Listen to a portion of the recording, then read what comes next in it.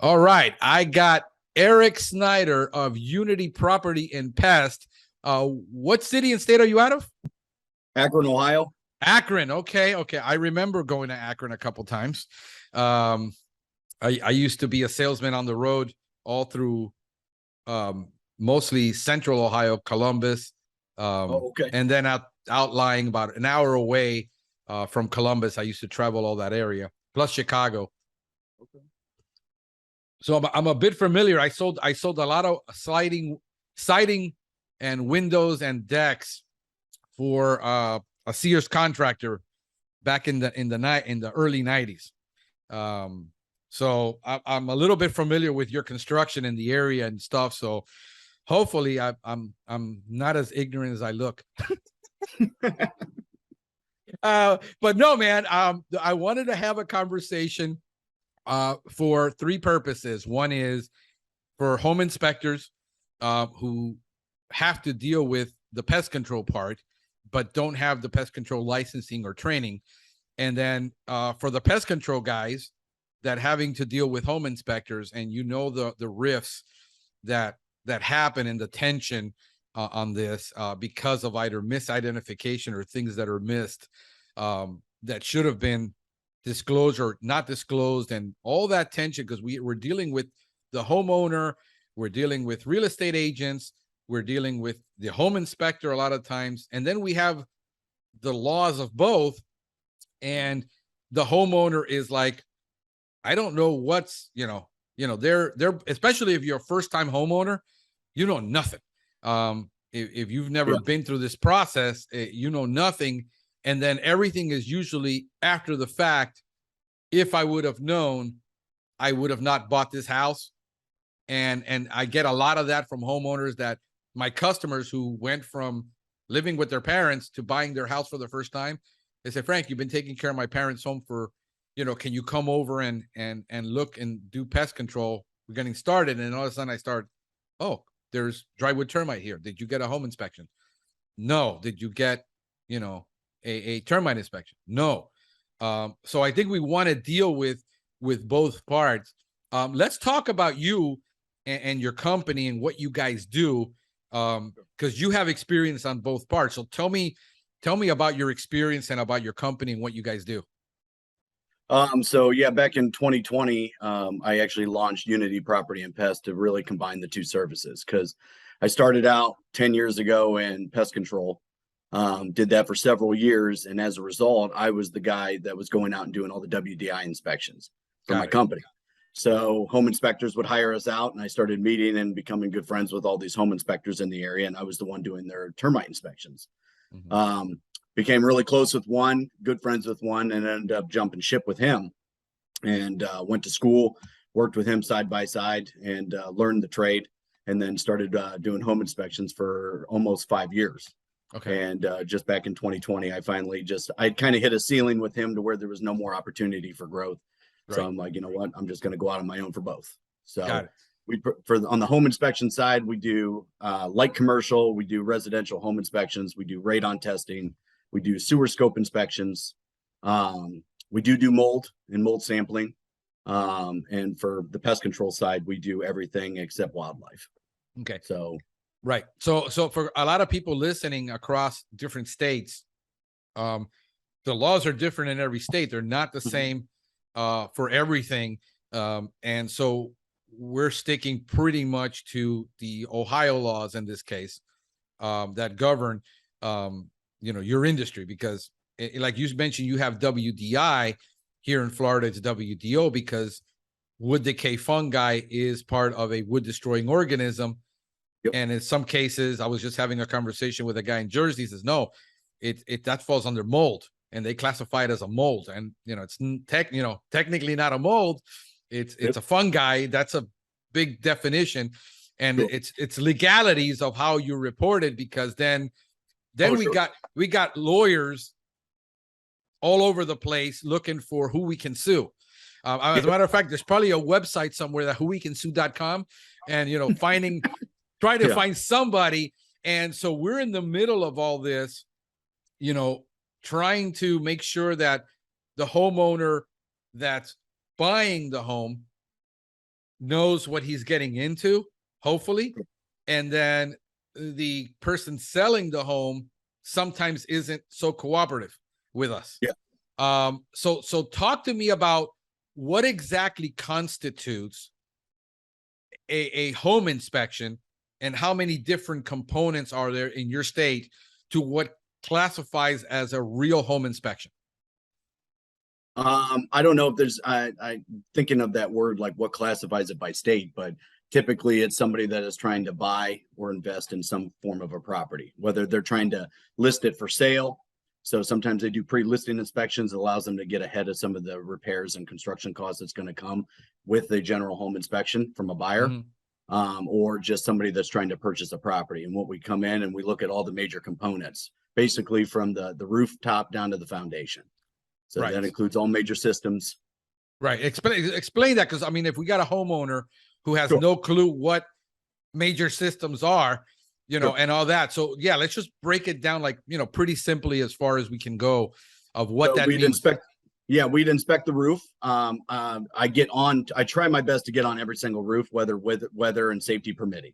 Right. Some are just not feasible, but I have, the means to, at least get my ladder up to the top there, or view it with binoculars from the ground, poles, whatever the case may be.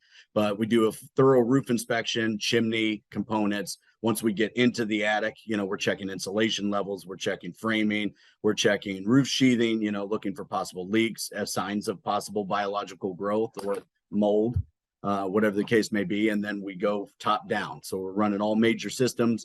We're running water, we're checking pressure, we're checking for volume loss, we're checking for leaks, we're checking for, all electrical major systems, including like HVAC, AC, heating, the electric panel. They have some pumps in the area, we're checking all plumbing.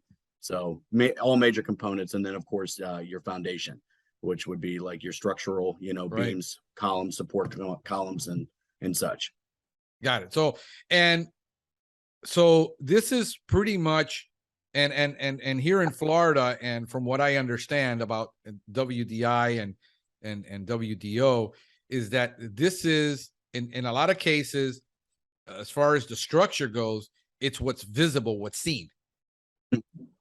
A lot of people would say, how come this wall was so damaged on the inside, and we had to tear down and we had to tear out this whole area, and nobody told us that this was it. You can't see behind walls. Yep. And a lot of the cases, you can't touch a lot of things. So because if you have a can't homeowner, tear stuff apart, you can't, even here we're visually inspecting. Like a lot of people will use like a stick with a ball on it to tap on baseboards to check if you have termites. And if you hear different sounds, well, in a lot of cases, you don't even want to do that, because all of a sudden you hit it, it caves in, and the guy that's selling the home says, hey, now you have to replace all of my baseboards because that damage wasn't there. And that's going to devalue my house. So there's a lot of limitations of homeowners that they need to understand, that when we're doing a lot of this, it is visual. Of course, if you're testing for pressure and temperature, and you're checking the water heater temperature coming out, and you're testing the air, that it's coming out at the right temperature, so everything is working how it should be working when you're doing this. And what else because you check for mold and radon, is that part of a normal home inspection, or is this something that somebody wants to add on, or how does that come into play? It's typically an add-on service. And then, so when people call to schedule with a home inspection, I just do my due diligence, whether they want to or not, is completely up to them, but I do offer all those services. Right. And then they'll either tell me like, yes, and they'll ask me like, what's radon, or like, what's involved with the sewer scope inspection. And I walk them through the benefits of doing so. Right. But still, it just depends on them. And then I do have sections of my report, in my home inspection report, that does state that I offered and the client declined. Got it. And let me ask you this, as far as some real estate transactions, especially with banking. Yeah. Certain banks will require a certain inspection. Like I know with like VA loans, it's different. Yeah. VA, it's mandatory to have a termite inspection that's paid by the seller. Paid by the seller. Got it. Mhm. Yeah, not the buyer. So it has to be done whether they want to or not. Let's talk about a termite inspection, because you have what in your area? You have subterranean termite. Got it. Yeah. So what would constitute a termite inspection for the client? What are you actually looking for? And what's like the process that you're going through when you're inspecting for termite? What does that look like for the client? So when I do it, I guess it's a little bit different. And when I say different, it shouldn't be different, but I know there's a lot of other inspectors in my area and people that offer that service that don't do it like I do it. Right. And then as in depth as I do it. So I do move insulation. You know what I mean? I do get my ladder down into the basement. I do get up there and I actually remove all that insulation so I can see everything up there. It's Right. not just a visual. If something is sealed while I'm there, I get permission from the seller to open. So sometimes, a lot of times in my area, the attic accesses are sealed. They're painted up. They're sealed tight. And I get permission so I can score that. And if they don't give me permission, I stay there until they're able to get somebody out there to score that for me. Got it. And make access for me. So mine are just a little bit more in depth. You know what I mean? Once I get up into the attic too, I move some of that insulation around. Obviously I don't go swimming through the stuff. There's just, it doesn't make any sense to do it, but, mine just take a little bit longer. They're just a little bit more in depth. It's not just visual for me. I do sounding. I have, different equipment that I'm able to use, like my thermal imaging. I use moisture meters, it just paints a little bit different of a picture, Right. You're trying to define if there's more hidden stuff that can't be seen. Like, Exactly. what is it? Termitrack, for trying to get a visual, an audio sonar. Yeah. A lot of guys are using that. I know the thermal imaging is great, to try to discover if there's cartons in that wall. Yeah. A lot of times you can see it. It's always interpreting what's there that's difficult, because again, we have this, thermal camera, but it tells us there's something there.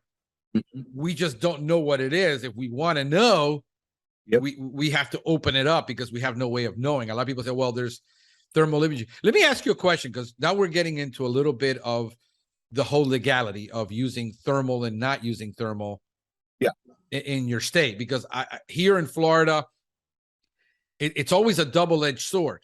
If you use a tool to try to determine something, if it's bad and you didn't find it, the lawyers get involved later and saying, well, if you discovered, why didn't you discover this over here that was not, because you didn't scan the whole house.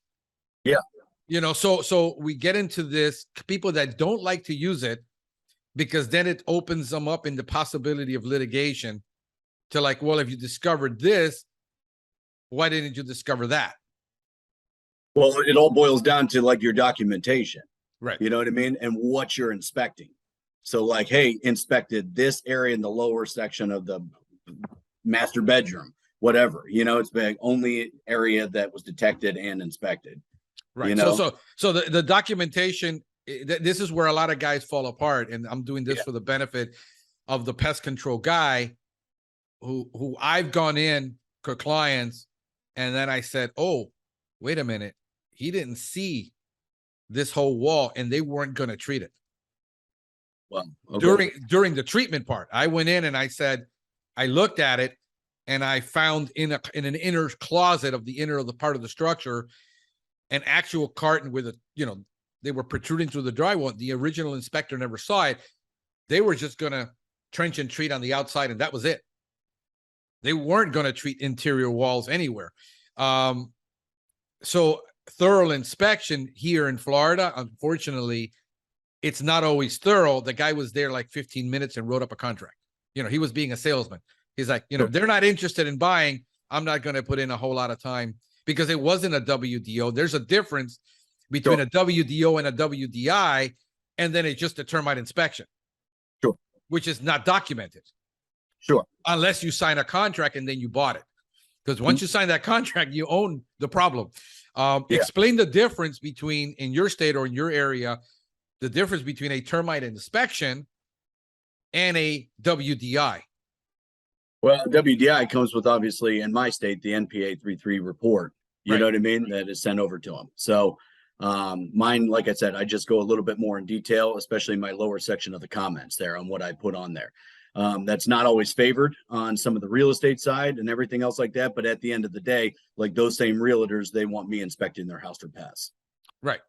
You know what I mean? So at the end of the day, it's just like I'm there for my client. I always just got to remember that no matter what. I'm not there to like just make everybody happy on a situation. I'm just there to do my job, what you paid me to do.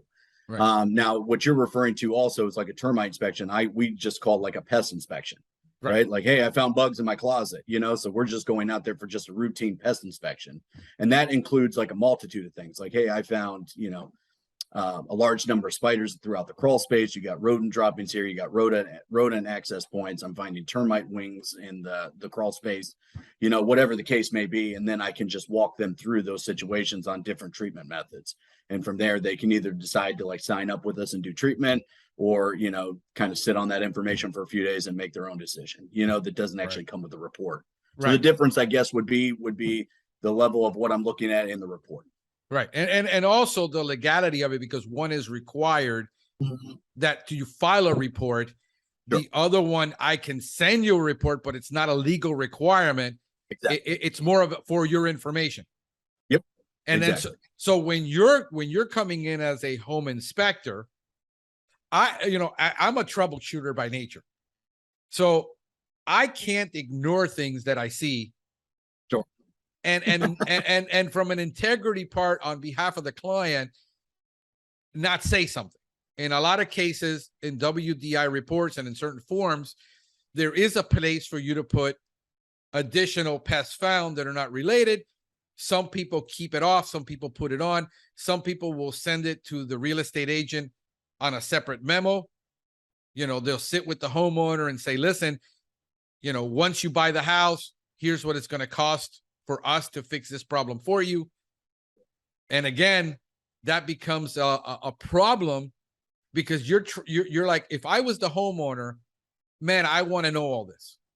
Sure. Even if I am still going to buy this house, no matter what. Yeah. Because a lot of the times, like here in Florida, if you're buying a home and you're going to get picky about every little thing, you're not going to buy a home. Yeah. It's not going to happen, because right now it's $450,000 minimum for a 1,700 square foot home that's 70 years old. It's going to have a ton of problems. I just bought this townhouse. This thing is 14 years old. They had converted the garage. This is the problem. They converted the garage. There was a roof leak that was right at the edge of the garage, coming down the structure of the wall, but coming out the garage door, because we had a foot gap between the garage door and the wall that they put up. Could not be seen. There was no mold. There was no staining. There was no indication.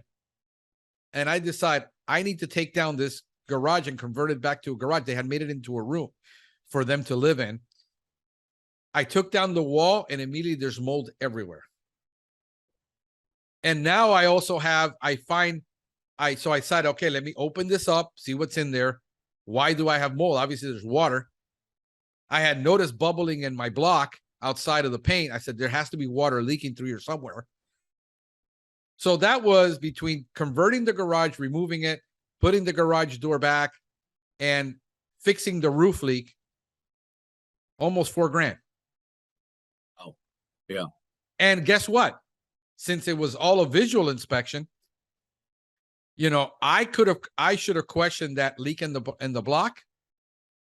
But if I would have done that, and I noticed it, and I said, there's water here somewhere, because this shouldn't be bubbling. But I've been looking for 3 months for a home. I had lost about 12 for 15 deals. This one was right up my alley, where it was in a great location. It was already, you know, I don't have to do anything to it. I could put my commercial vehicles here, which is another problem. And I had enough room in my garage to convert it and have a small little place to put all my tools and stuff. And the fact that I had lost 13 deals because everybody wanted anywhere between 15 to 25,000 above the appraised value in cash at closing. Yeah. I needed 80 grand just to close on anything on 400,000 because the banker's saying, now we're not loaning on this loan a 5%. It's going to be 10 because it's overvalued. So Isn't that crazy? So the homeowner is frustrated. The homeowner is like, I had to move because there was no place to rent in Miami. I mean, rents are a 2-bedroom apartment is $1,800 to $2,400 a month. So it was cheaper for me to buy and then say, and then you're going to be most homeowners, whether they realize it or not, they're going to be house poor right now for years. Yeah. Because chances are, if it happened to me, like it happened in 2007 and then 2009 came and both of my properties were underwater. I mean, they were basically, overvalued at that time because I had bought at the top of the market back then too. So they're going to be cash poor because they just, $48,000, $50,000 on a closing on a home. Then you're like, how the hell do we have the money to repair this afterwards if we don't see it? And then all of a sudden there's a wall and it's $20,000 to do the repairs, $30,000 because nobody caught it.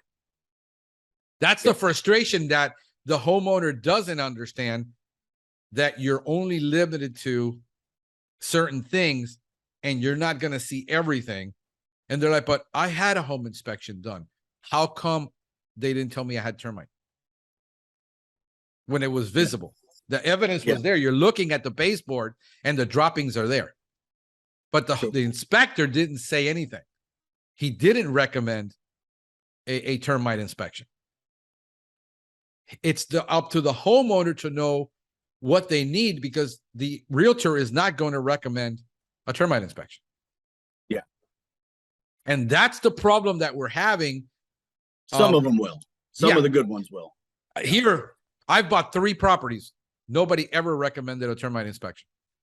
Yeah, I got some really great realtors I work with up in this area here that always recommend, across the board inspections. And if you tell me, but I mean, like I said, I know enough. I've been in home improvements my whole life. I know what I'm looking at.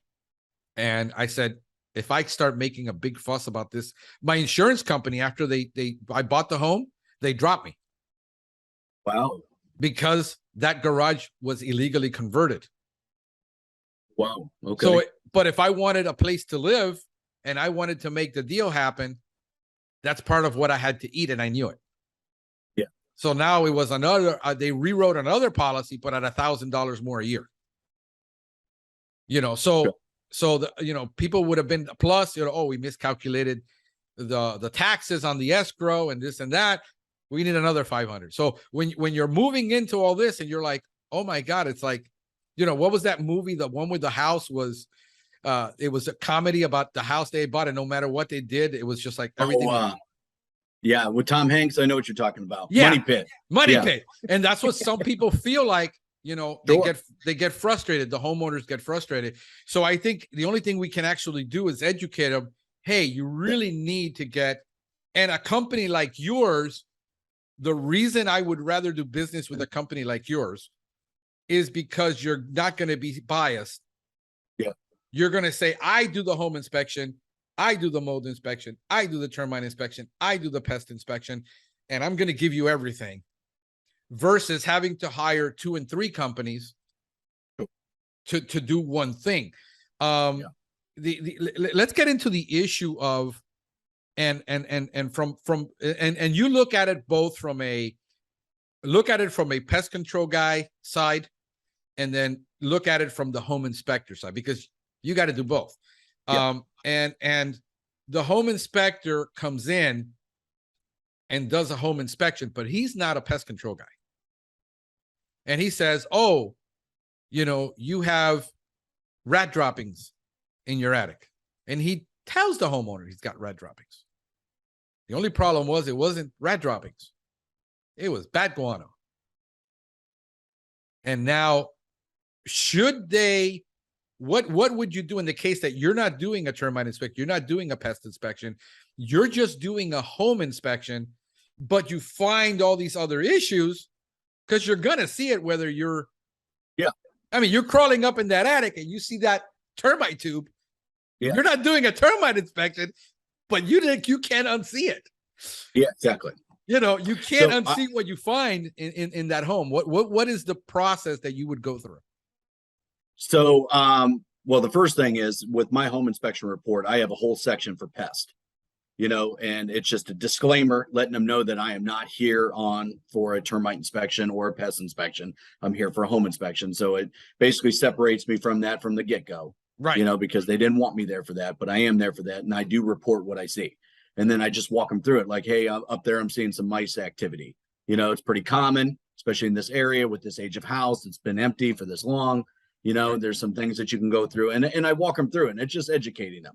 Just walk them through, and they're like, oh, you know what, mice activity is not that big of a deal. But if I see back guano and stuff like that, I'm like, yeah, I'm seeing quite a bit of back guano up in the attic, and there's quite a bit of entry points around the exterior here. You're gonna, you know, eventually you're gonna look at possibly hiring out a wildlife expert.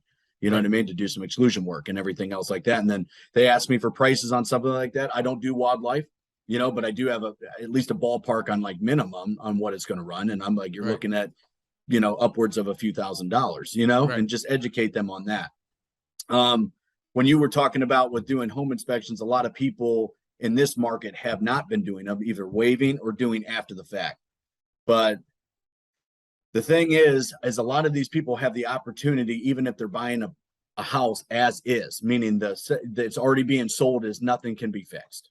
They're just buying it as it is. It still gives them the opportunity doing a home inspection to get ahead of that. Like, hey, you have a ton more going on here than you think you have going on here. It gives them the ability to walk away from a situation instead of like just purchasing it and then hiring us out after the fact when they already own it, man. Right. You know, and I see that all the time. You know, I see that all the time. Yeah, no, I am one of those advocates of direct to consumer information and going direct to consumer when I'm advertising a lot of my business, because in the past we did depend on other people to feed us the business. Yeah. But then it became contentious when I had to inform them that the reason they're having this problem is because of their practice. In other words, we used to do, I do a lot of lawn care, and we used to get a ton of business from landscapers. But the reason they were having so many problems is because of the malpractice of the landscaper.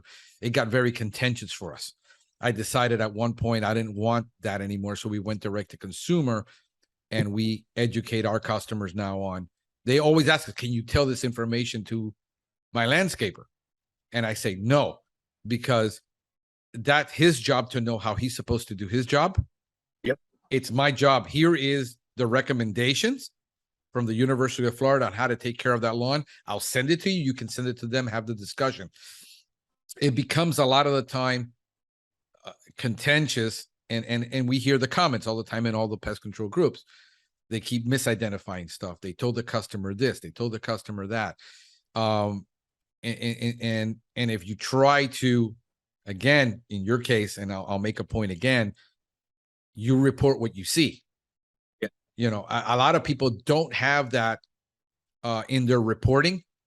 They won't report it because, again, they're not pest control expert. I got to respect the inspector who tells the client, I would rather you tell the client, listen, I suspect you may have a pest issue. Yep. I can't identify it. I'm not a pest expert. Yep. I'm just letting you know I recommend you hire a pest control company. Yep.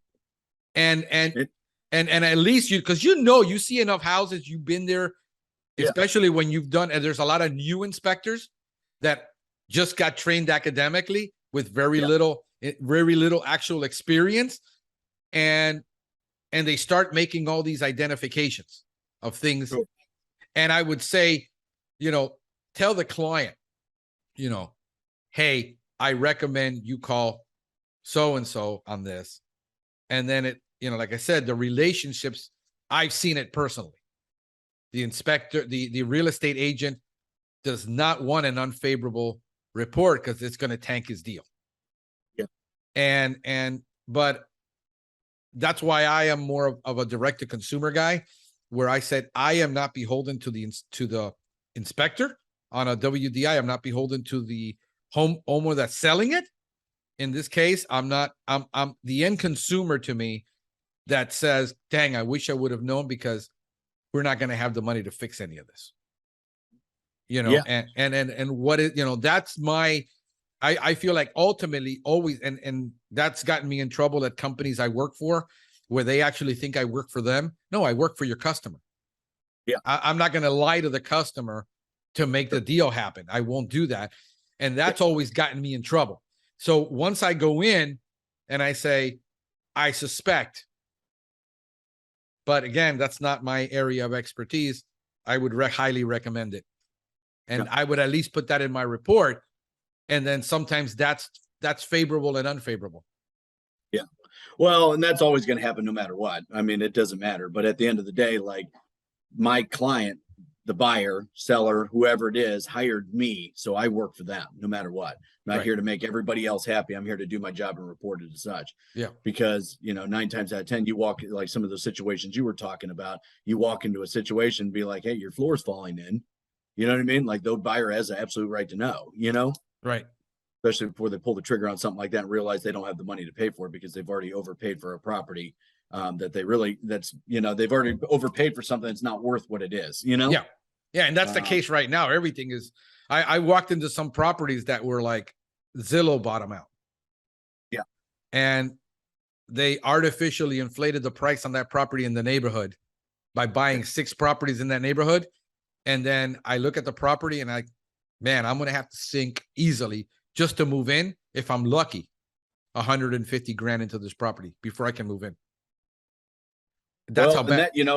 That, even in Ohio, like where I'm at in Ohio, we have, I guess we're one of the most affordable across the country when you really think about it in, terms of like Florida and other places like that. But when I was trying to buy this house, like, thank God I was able to get in here, because I was like 2 seconds away from having to get an apartment. That's what I was. Because I'm like, my house sold like this. And then I was like, I kept getting beat out by 35, 40 grand on all these properties that weren't, I'm like, well, it's not worth it. Like, oh my God. Yeah, it isn't. That's the same problem. Yeah. And then you're like, dang, you're like saying, I'm cashed out. We had 50 grand in the bank. We're thinking we're going to spend 25 grand on the closing and everything. And it turns out you show up at closing and like, no, your bank account is not wiped out. And if you pray that there's like, I hope there's absolutely nothing wrong with my house. Yeah. Yeah. And a lot of the time, dealing with this for a long time in your perspective, do you think that clients sometimes, because they're in that mode that I have to find a place I don't want to be told sometimes? Do you get a lot of that? Yeah. I'm sure that happens. I wouldn't necessarily know if that happens, but I'm sure that does. And then I see a lot of people are just frustrated. Like, I totally get it. They're just like probably deal after deal after deal, getting turned down. And finally like, hey, I just need to get in this place. So they waive everything to make it sweet, and unfortunately after the fact, I hope that doesn't come to bite everybody in the, in the rear end about it. But it's sad that that's what it's come to, because I've drastically noticed just a reduction in just home inspections just due to the way this housing market is. Yeah. So you've seen the, there's everybody's looking to buy and there's very little inventory, because inventories are like non-existent right now here in South Florida. I have clients that tell me that house, it was like 1.2 million or something like that, 1.3 million. He says, Frank, I listed it, and it was gone in an hour. 1 hour. I like this house. The reason I got a hold of this one is because the real estate agent was really good friends with the guy listing it. And he actually told them about it before it went on the market. And I was able to get in on it before it went on the market. I got to see it. And the fact that the owner says, I want this amount flat, I don't care what it appraises at. And they made that deal beforehand.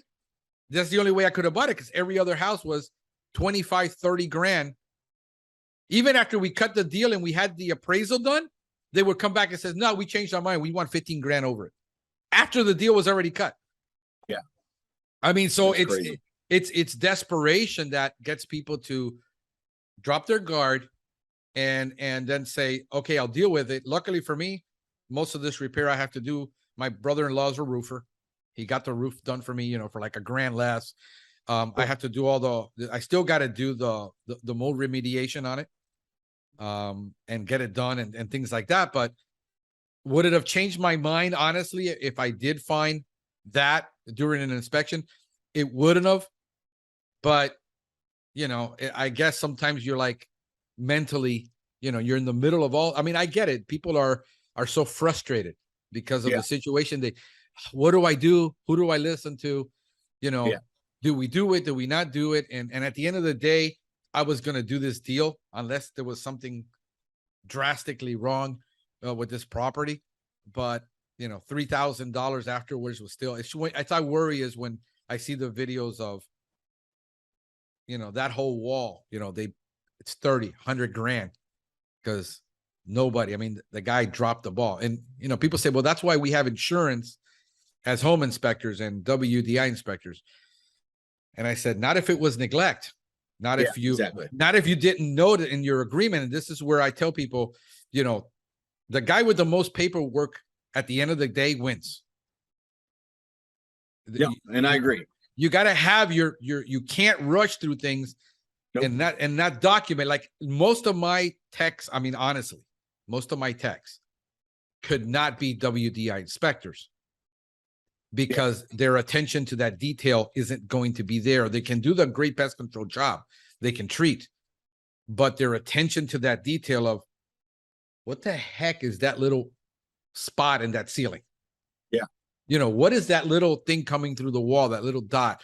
I mean, it's just that attention to detail, where you have to literally you got to be OCD. I mean, OCD people is what we do. We see problems when most people would just overlook them.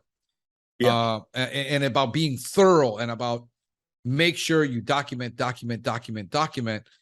because at the end of the day, and what I tell everybody is a lawyer is going to throw you under a bus. Yeah. So my guy, Jeremy, that I had brought on, you know, he's been in pest control about 10 years now. And he started with me back in February. He started with Big Terminex, and that's who tried to get me into pest control to begin with. Cause I fell into it all them years ago. Right. My job got deleted when I worked at the hospital. It got just removed. There was no longer a job, and I needed just something to pay my bills. So that's how I landed into pest control. But he ended up working for another privately owned company just south of Cleveland. That's probably one of the biggest in our area before he came on with me. But he had been doing all these jobs for years and termite control for years, but he wasn't doing termite inspections. So he did come on, he got licensed with me, but I also had him do one of Paul's classes that I did, one of the advanced termite trainings, you know? Paul Bello? Yeah. Mm-hmm.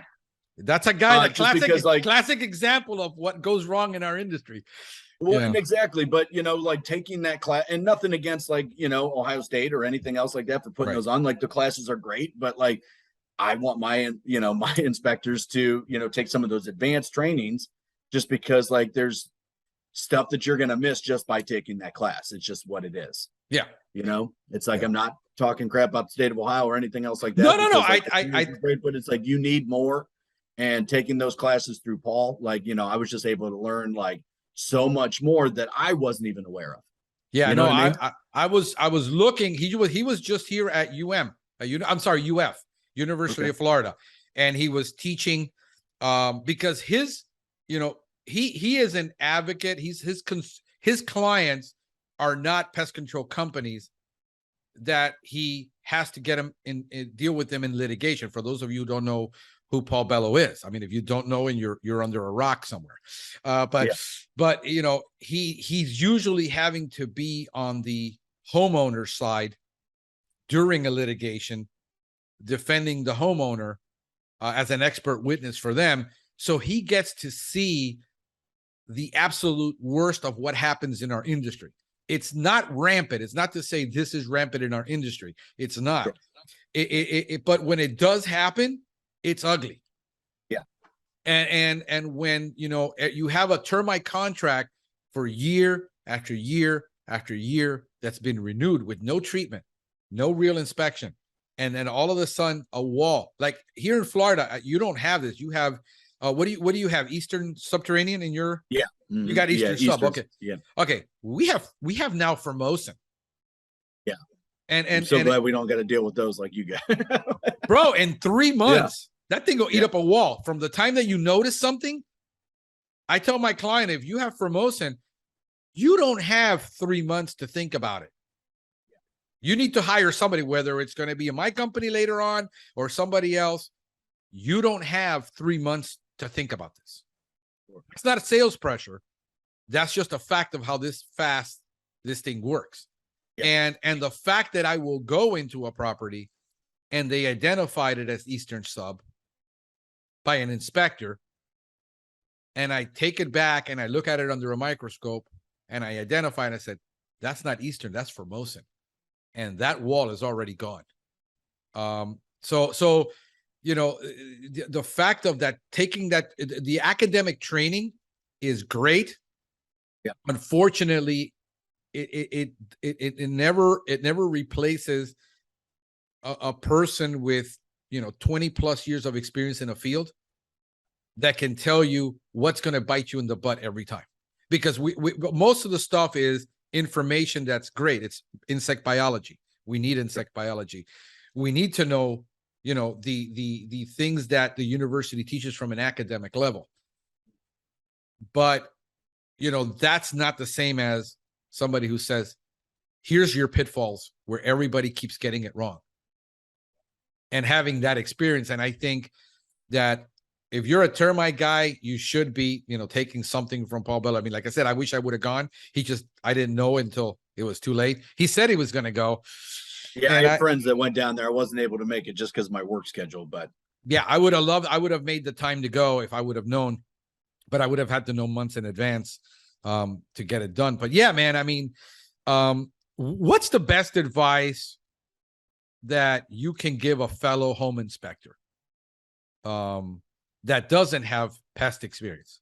What doesn't have any, he's just a home inspector, and to help everyone to work together, because there's a lot of guys who and here's the other, and I'll throw it out there because it's out there. It's not like It's not an accusation. It's an observation. Home inspectors want to charge $350 to $500 for a home inspection, and they're there however long they're there, 1 hour, 2 hours, 3 hours. But then when you say, I want a termite inspection, it's it's $55, $75, $100 for a WDO.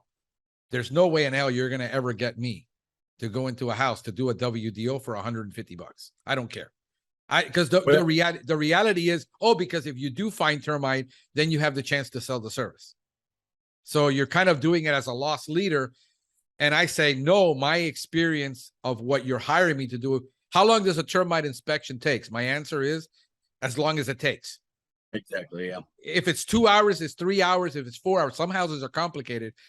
I'm not going to be in a house for 4 hours because I want to be a salesman. $55 For $55. That's not, they want it done for that because, now you're at $1,000 for a home inspection if we charge what we really should charge. But you're entering into a $500,000 transaction. And you're worried about it. Unfortunately, that's just that's rampant. You have people that want the cheapest inspector. I've gotten beat out several times because there's a guy that'll do it for $250, or there's a guy that'll do it for $300. Eric, we come down to $300. Eric, we come down to $250. I'm like, absolutely not.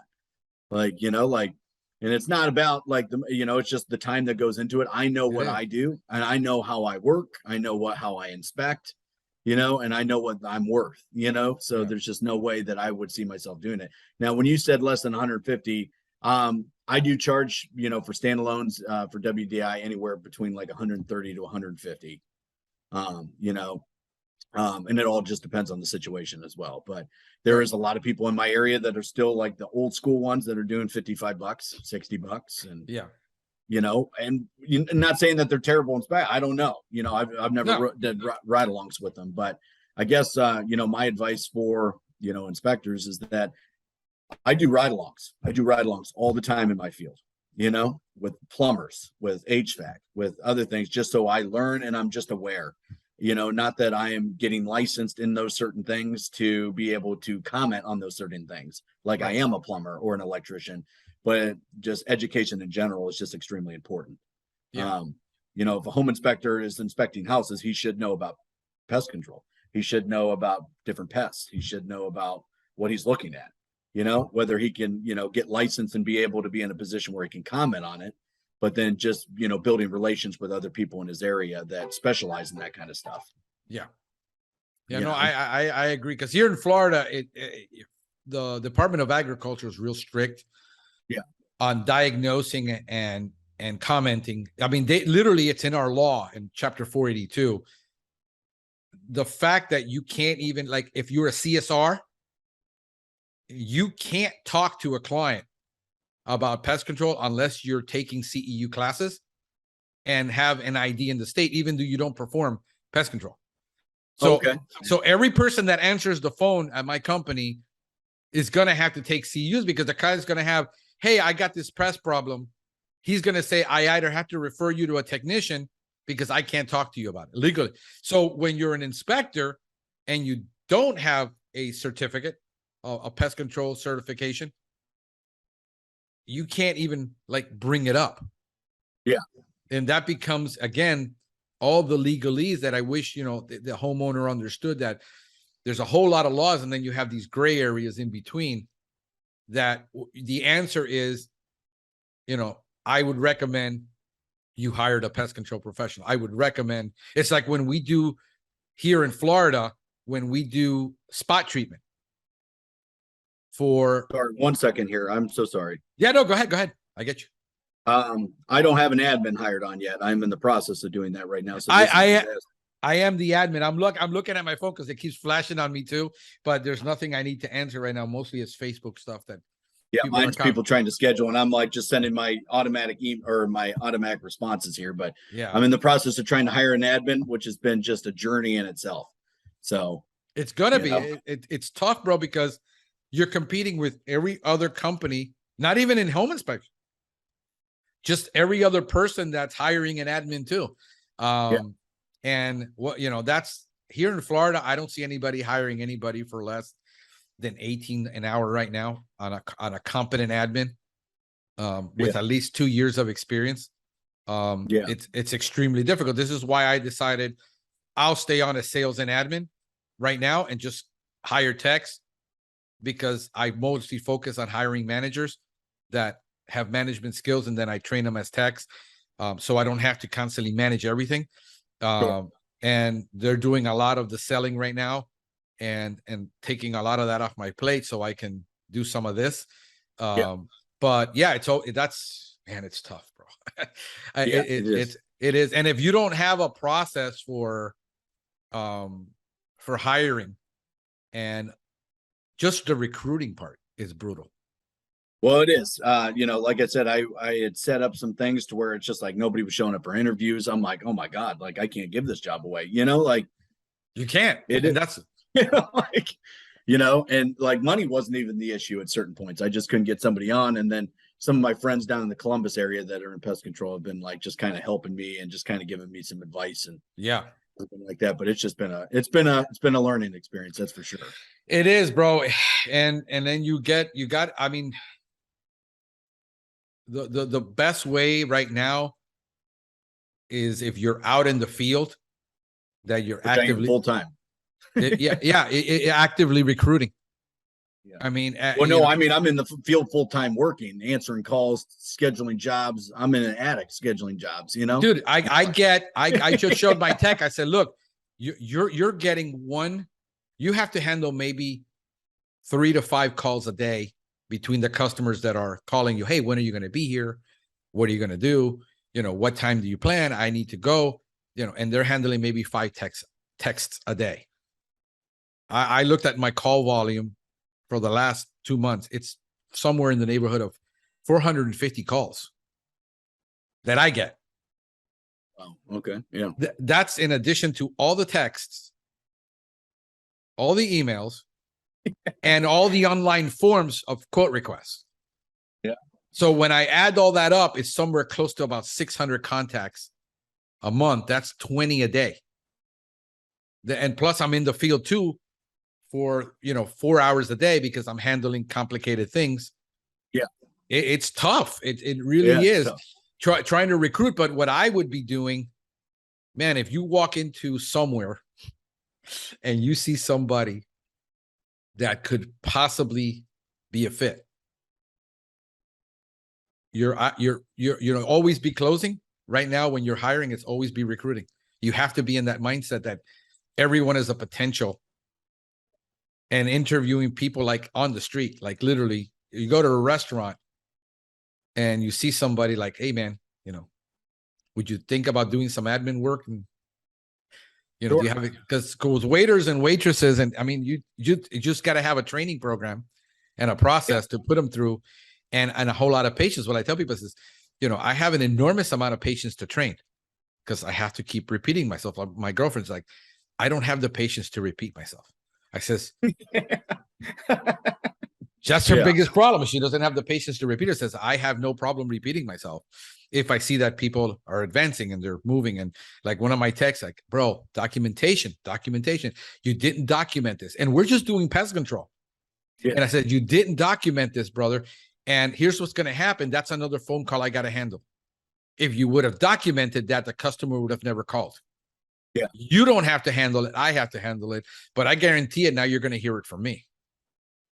And you don't want to. So document. If you would have taken those pictures and shown the client there on the spot, they wouldn't have called. Hey, what happened? Because you were in a hurry, because you were backed up that day. We've just been having a ton of rain.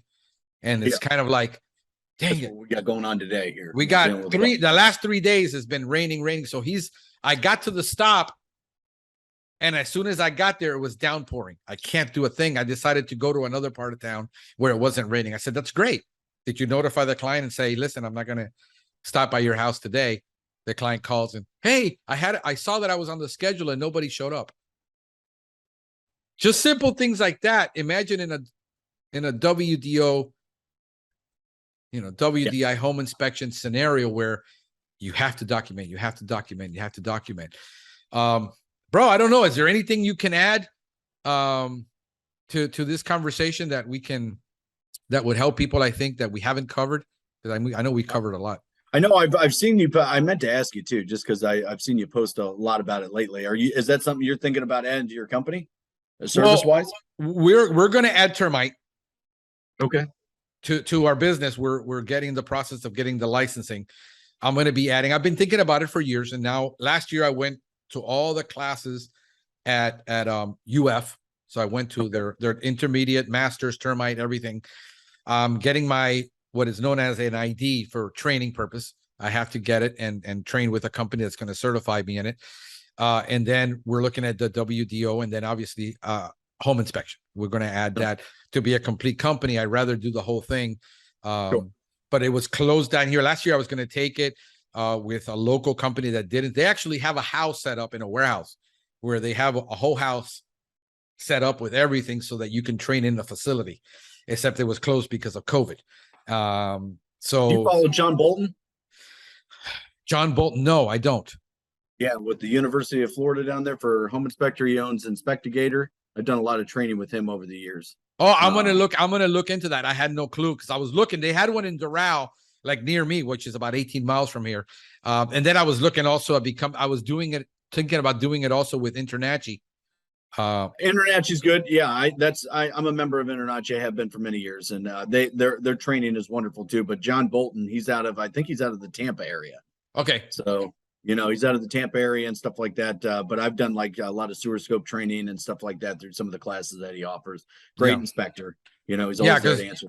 We're going to, like I said, we want to be, because originally I wanted to be a GC, a general contractor. And I couldn't stomach it, what had to be done in that industry. So so I decided now I'll stick to more of the pest part that was proper, and then I can deal with the inspection part. And that's what I thought about doing, a home inspection, WDO, and then like that. I'm looking at right here. It's big right now for doing smoke testing, because we got a lot of homes you can't find how the rats are getting in, how the roaches are getting in, and a lot of the time I tell people they'll do a scope test, but we've had a lot of contractors do Mickey Mouse work behind walls, and that's never going to find it. If there's a turn somewhere, the only way to find it is a smoke test. And we get a lot of those difficult, like, we've done everything. We've sealed everything in this house. We have no clue how this guy's getting in. And it's usually, we found that later they did a smoke test and it was, so we're looking at that and adding those kind of services onto our company. So Termite is going to be the first thing getting that. And then I'm going to look at the home inspection part. Yeah. So great. we can control that, that whole vertical integration on what we do. And that way we can just offer a, better quality service to the client. But cool, bro. So you're Eric Snider. It's Unity Property and Pest. What's your phone number and how do they contact you? My number is 330-957-2178. Our website's unitypropertyandpest.com. They can also reach me by email at eric@unitypropertyandpest.com. Brother, I hope Frank, I want to thank you. No, I appreciate you, brother, for being on. Yeah. And hopefully you'll get some home inspections. We're gonna SEO this for you. Appreciate so you. that you can get some clients out there in your area. And thanks for being on, bro. I really appreciate this. Absolutely, man. We'll talk soon. Thanks. All right, brother. Take care of yourself. All right. Bye-bye.